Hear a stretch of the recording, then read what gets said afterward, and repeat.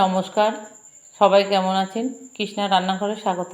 আজকে আমি রান্না করব বরবটি, আলু, চাল কুমড়োর খোসা এবং বেগুন দিয়ে ভাজা। সব সবজিগুলোকে এইভাবে কেটে নিয়েছি। এবার গ্যাস অন করে গ্যাসে একটা কড়াই চাপিয়ে দিলাম। আমি সর্ষের তেল দিয়ে রান্না করব।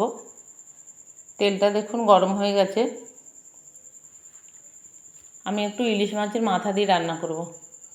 ইলিশ মাছের মাথাগুলোকে ভেজে নিচ্ছি।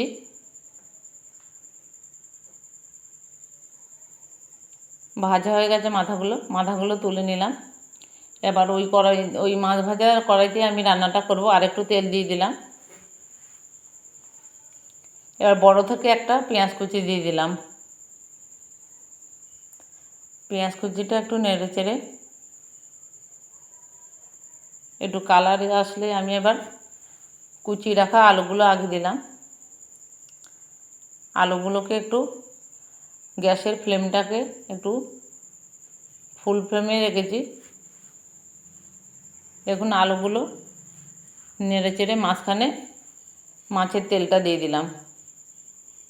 তেলটাকে একটু নেড়ে চেড়ে এবার চাল কুমড়োর খোসাগুলো দিয়ে দিলাম। চাল কুমড়োর খোসাটাকে একটু নেড়ে চেড়ে নিলাম। এবার কেটে রাখা বরবটিগুলো দিয়ে দিলাম। এগুলো দিয়ে আমি আবার 2-3 মিনিট একটু নেড়ে চেড়ে নেব। 2-3 মিনিট পর ফিরে আসলাম। এবার একটু হলুদ দিয়ে দেব, একটু নুন দিয়ে দিলাম পরিমাণ মতো, একটু লঙ্কা গুঁড়ো এবং কাঁচা লঙ্কা বাটা দিয়ে দিলাম। এটাকে ভালো করে নেড়ে চেড়ে 3-4 মিনিট আমি ঢেকে রান্না করে নেব। মাঝে আবার ঢাকনা তুলে একটু নেড়ে নেব। 3-4 মিনিট পর আবার ফিরে আসলাম। মাছের মাথাগুলো দিয়ে দিয়েছি। মাছের মাথাগুলো দিয়ে আবার একটু ঢেকে একটু রান্না করে নেব।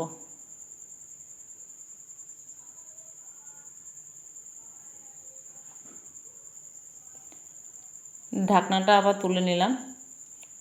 তুলে একটু জল দিয়ে দিলাম, মনে হলো একটু জল লাগবে। আবার একটু রান্না করে নিলাম,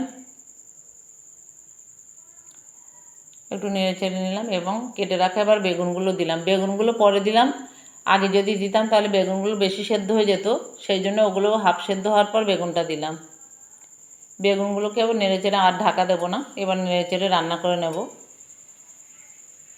একটু চিনি দিয়ে দিলাম। চিনিটা অপশনাল, আপনারা দিতে পারেন নাও দিতে পারেন।